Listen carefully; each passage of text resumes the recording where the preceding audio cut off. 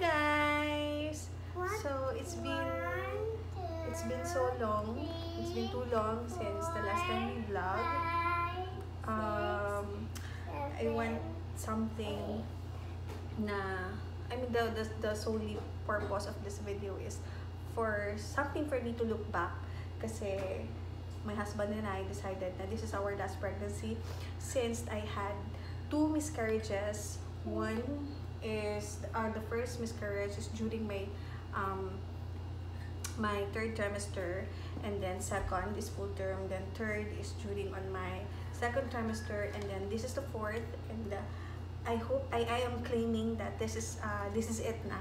So we choose na this will be the last pregnancy because of the anxiety, the pain, whatever. That is, anyway, it's another haba na introduction. Gusto ko na naman magpakita ng nursing bag.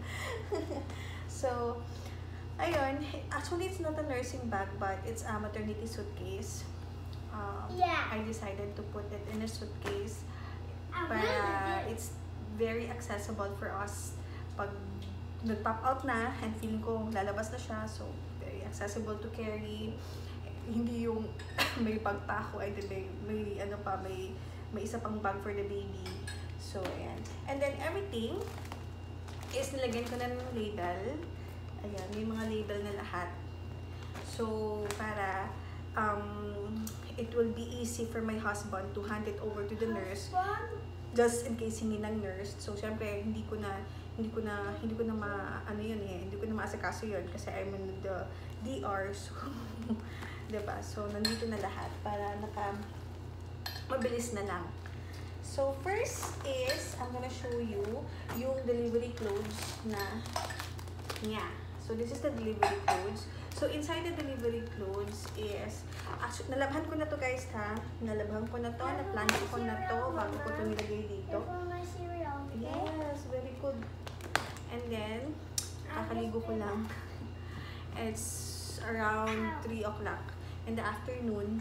And then, nalinis ako ng bahay kasi this is the last linis ng bahay before ako manganak. And gusto ko maayos. Gusto ko everything is settled.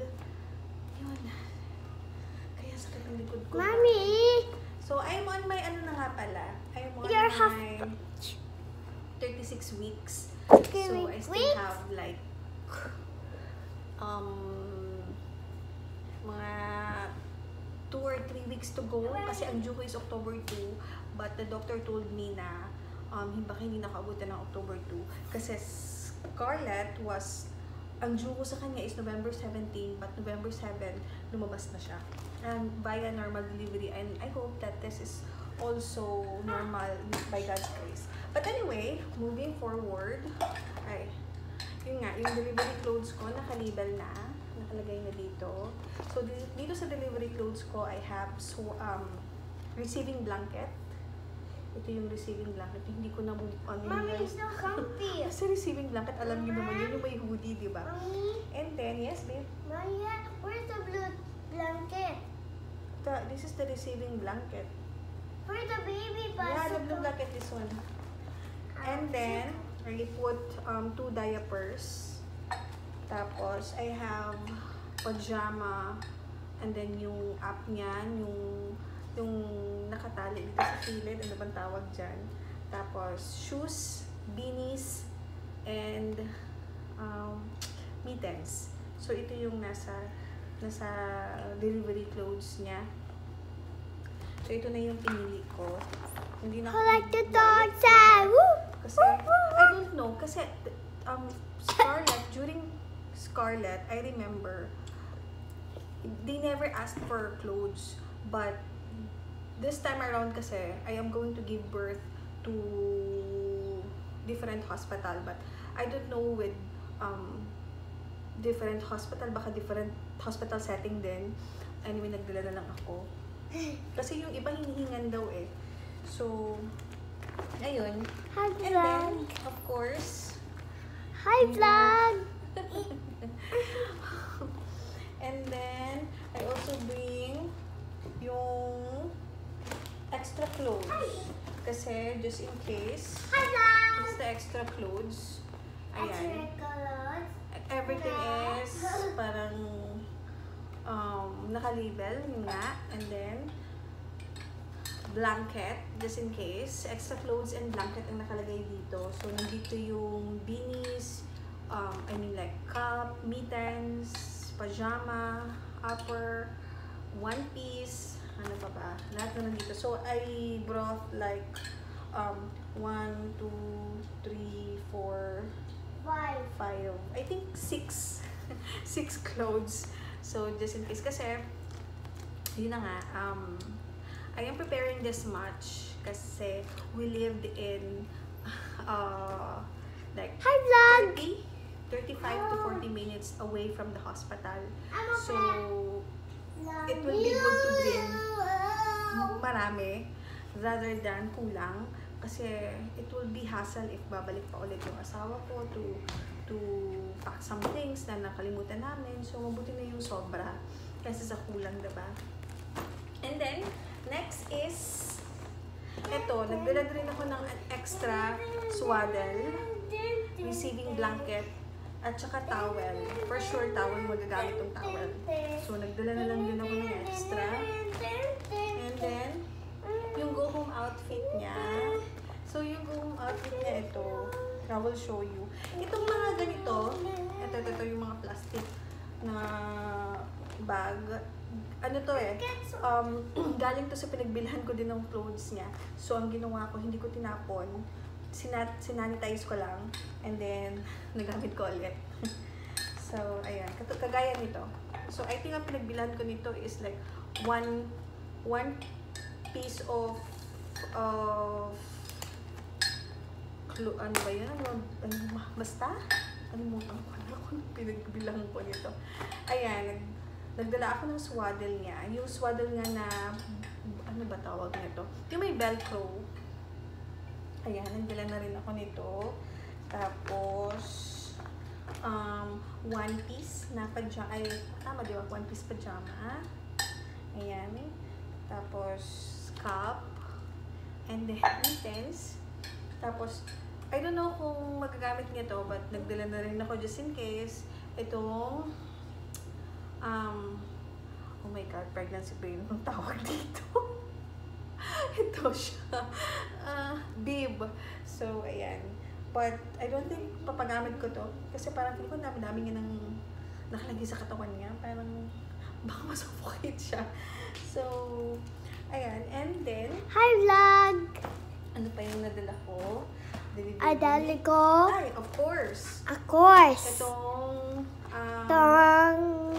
for mommy naman, for akin. Para sa akin to. So, nagdala Akin rin ako to. ng, And testing ako. pasensyahan niyo na siya. Excited siya mag-vlog. Itong, post-maternity panty. So, ayan, nagdala ako nito.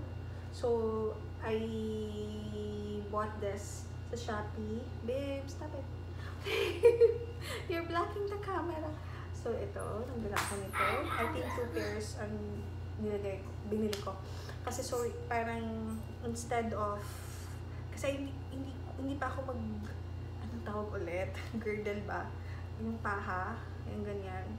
So, parang hindi ako comfortable na gumamit agad ng ganyan. So, ito na yung dinala ko. But anyway, mag-ano din ako ng girdle. But, not right after I gave birth. Kasi parang, alam mo yun. Yung feeling na yun. Sa mga nanganak dyan, alam niyo yan. And then, I also prepared nursing bra para mabilisan. Alam mo, ang ganda nito. Na-order ko to sa Shopee kasi I went to SM tapos wala silang mga maternity stuff. Out of stock daw. So, wala talaga. Pumunta naman ako ng other malls. Meron pero hindi ko type kasi parang makapal at saka mainit. So, this one is parang siyang seamless. Ang ganda ng tela, malamig. So, ayan, mabilis lang. Ayan, mabilis lang yung bunutan. Yung bunutan. Mabilis lang. So, ayan. So, kaya, pag nagpapadede ka, diba, mabilis lang. O, ayan. Mommy, look at me. Ganun. So, Look at seamless me. din siya. Yes. It's funny. And then, meron din akong pasalang. nursing cover. So, ayan. May nursing cover ako para Mommy, the right to privacy. right over. And then, speaking of nursing, bra, nursing cover, Abigal lang gayay. itong kanyang nursing Ay, pillow bungal. para hindi ako 1, 2, magpadede. It's 3, convenient for the 4, baby. If 5, dito. 6, O, diba? 7, Hindi nakakangalan. 8, 1. And then, ano ba ba? Dinala namin And dito. ring. Of course, About damit, extra mga clothes. So, ito yung dinala ko, yung mga cotton na shorts. Hindi ako nadala ng pajama. Ganito lang. Yung para mabilisang, ano lang din, mabilisang and the button. kuot. Ano ba to? Ano bang word to? Mabilisang bunot. Pagpasensyahan yun na talaga ako. Button. It's the pregnancy brain. Mama, So, it's sa mga babes expired. dyan, alam niyo yan. So, 2 pair ang dinala ko. Of course, ako na nag-prepare ng damit ng asawa ko kasi baka sa sobrang taranta niya at ang mataranta, nakalimutan niya ang kanyang damit. So, nagdala rin ako ng mga couple of shirts and shorts for him. Tapos, 2 socks. Kasi na-remember ko talaga nung nanganak ako kay Scarlett. Hindi ko na-realize malamig pala sa DR. So, ayan. At nagdala ako ng towel. So, this one is optional lang ha. Pwede, optional lang to. So, just in case, huwag naman sana, tatagaling kami or whatever. Kasi hindi natin alam yung uncertainties, yung the unexpected nga, di ba, pag nanganganak ka. So, nagdala ako ng bed sheet and our pillowcase and blanket. Kasi, wala lang. Gusto ko yung, wala lang. I want it to be a homey din. A homey feels for me while I'm recuperating or nandun ako pagkagaling ko sa DR, nasa kwarto na yun. Yun, alam mo yun. So, yun. And then, and this is also, anong tawag dito ulit? Bath Essentials. So, itong Mustela, I ordered this sa Shopee din kasi wala din dito pabenta. So, this is the Bath Essentials. So, ilalagay ko to sa small pouch. So, kasabay nung kanyang delivery clothes. Doon ko siya sisingit. Doon ko siya ipapasok. So, ito siya is the Mustela Starter Kit. So, I have here yung body lotion. Ayan. Body lotion. I have cleansing milk. No rinse cleansing milk. This one. And hindi ko alam kung kita. And then, I also have gentle cleansing gel. Saan ba ako dapat? Paano ba to? O, ganyan. And lastly, yung barrier cream. So, ito siya. I think every nappy change para hindi siya magka-rashes. Kasi they have sensitive skin. So, ayan. So, doon nagbili ako ng other, hiningal na ako lang palang ginawa ko. Doon nagbili na ako ng mga bath essentials niya. Pero gusto ko kasi yung maliit lang. Para hindi siya ganun ka-bulky sa suitcase ko. Kasi since yung suitcase na dinala ko is maliit lang din.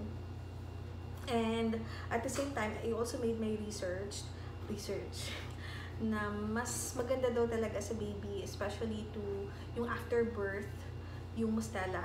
And this is not an ad. Sino ba ako? So, ayun nga, mas maganda daw ang Mustela for the babies. Yun lang naman sa research. But you can use anything na hypoallergenic or pwede namang Johnson's na pang baby. And of course, diaper. Ayan. Because my baby is a boy. Oh my God. My feet. Mama, Nag-cramp. Mommy, So, I'm done to drink my milk. ayan, nagdala ako nitong diaper. Newborn diaper. And of course,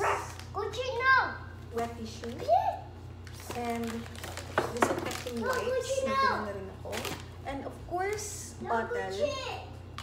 Itong bottle na to. Hindi ko pa ito na-sterilize. Sterilize ko pa to. Kasi, I remember din, during kay Scarlett, wait lang. I remember during kay Scarlett, hiningan yung husband ko ng bottle and formula milk kasi I'm still in the DR. So, ang kulang na lang ata dito is the gatas, yung formula milk na nakalimutan ko. Nakalimutan ko talaga. Ilalagay ko na lang dito yung ni-request ng hospital. But, yun, para hindi na si husband lalabas pa para bumili. So, everything na tingin namin na hihingin sa amin, nandito na. And if ever may nakalimutan kami, baka yung mga small details na lang na hindi masyado namin na foresee. And of course, yung toiletries namin.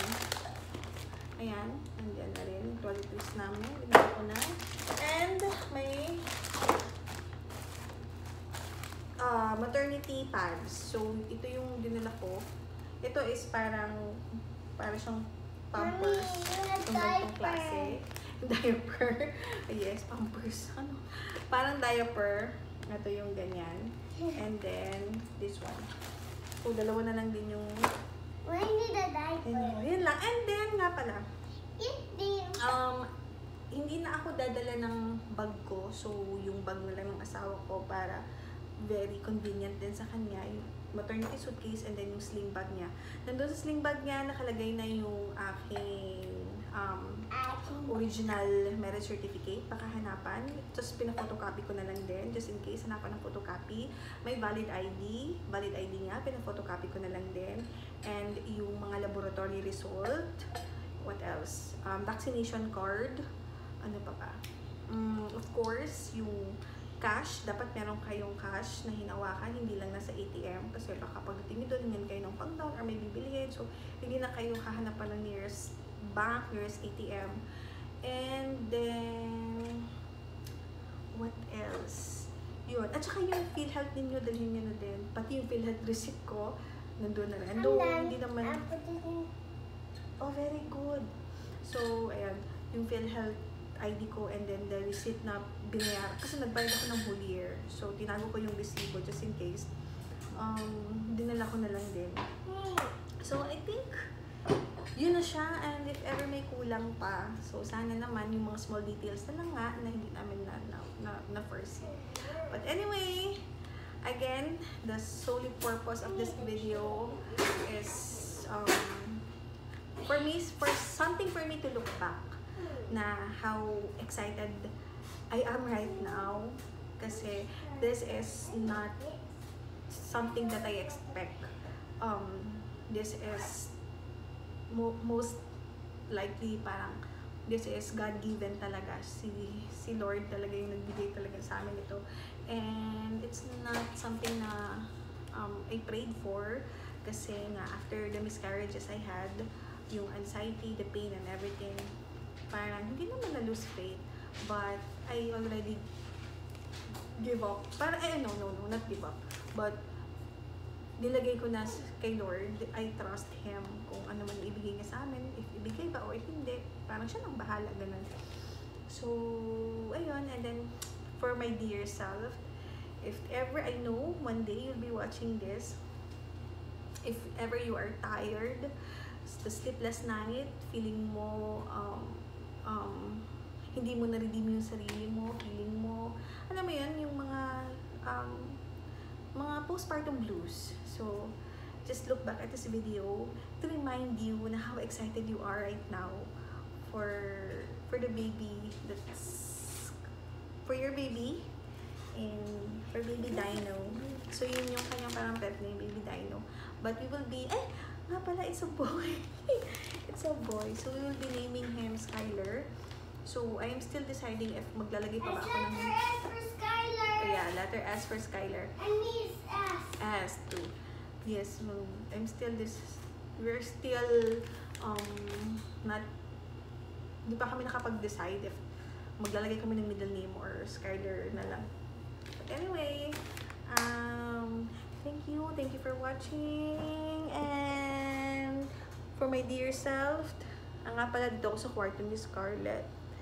Yan yung kanyang kwarto. Yan yung bed niya. So, soon, magiging ano na to.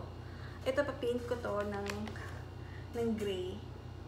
But anyway, iba naman yun. But anyway, thank you for watching. Bye!